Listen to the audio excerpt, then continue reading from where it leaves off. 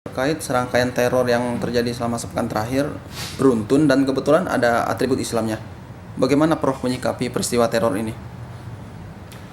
Ya, yang pertama-tama ya saya ingin menyampaikan kepada saudara-saudaraku ya sebangsa dan setanah air ya, untuk sekian kalinya negara kita, bangsa kita dikagetkan dengan serangkaian tindakan teror yang tentu saja sangat menyesakkan, sangat mengecewakan, dan juga sangat memalukan. Karena itu saya kira patutlah kita semua bersikap tegas dan mengatakan bahwa ini adalah rangkaian tindakan yang tidak berperi kemanusiaan dan tidak beradab, karena rumah ibadah dirusak, ya, orang-orang tidak bersalah dibunuh, dan mereka juga menebar ketakutan dan kekecauan di mana-mana. Karena itu yang pertama-tama yang penting sekali bagi seluruh lapisan masyarakat bahwa memahami dan meyakini bahwa tindakan-tindakan seperti ini sama sekali tidak dianjurkan oleh agama manapun, ya, termasuk agama Islam. Agama Islam tentu kita semua tahu, agama Islam sangat menganjurkan ya umatnya untuk senantiasa menjaga akhlakul karimah, menjaga akhlak yang baik, dan menjadi contoh tauladan di dalam setiap aktivitas kebaikan, sehingga membanggakan umat Islam itu sendiri dan memberikan citra yang baik terhadap agama Islam. Agama Islam juga tidak pernah menganjurkan umatnya ya untuk membunuh orang yang tidak bersalah, untuk mengintimidasi, untuk menebar kekacauan dan ketakutan. Agama Islam menganjurkan umatnya supaya menebar rahmat ke seluruh alam, bukan menebar laknat. Karena itu, sekali lagi, apa yang terjadi di Surabaya ini bukan perintah agama. Karena itu, seluruh lapisan masyarakat kiranya tidak perlu terpengaruh ya, dengan apa yang terjadi.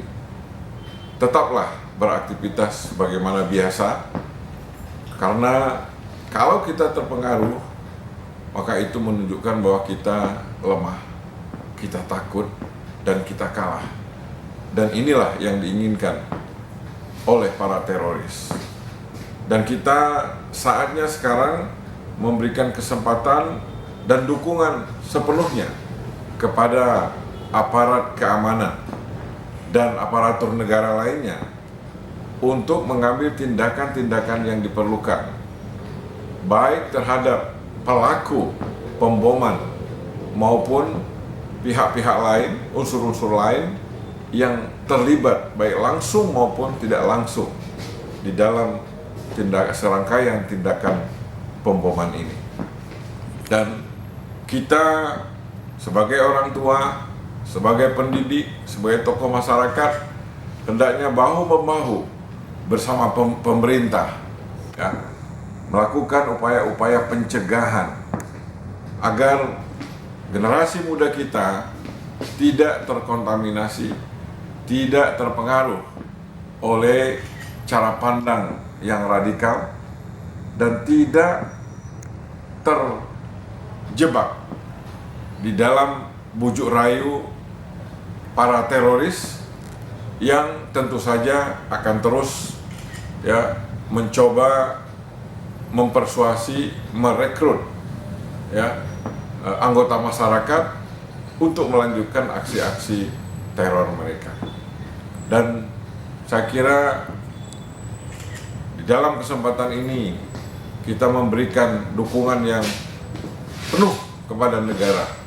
Negara tidak boleh lengah, negara tidak boleh lemah, negara harus kuat, negara harus menang melawan semua bentuk tindakan teror yang sudah berulang kali terjadi di negara kita. Prof, kalau kita bicara lingkungan kampus, apakah Prof percaya ada paham radikal yang masuk ke kampus Islam, katakanlah di Universitas Islam Negeri gitu? Ya, yang namanya pemahaman itu bisa muncul dari mana saja dan bisa berkembang di mana saja, termasuk di lingkungan kampus, termasuk di lingkungan pesantren. Ya.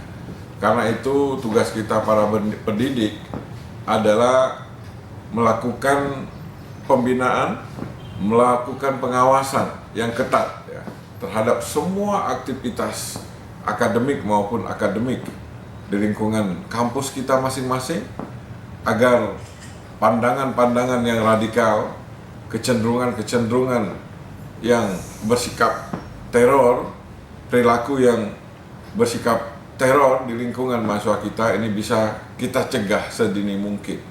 Mencegah lebih baik daripada mengatasi.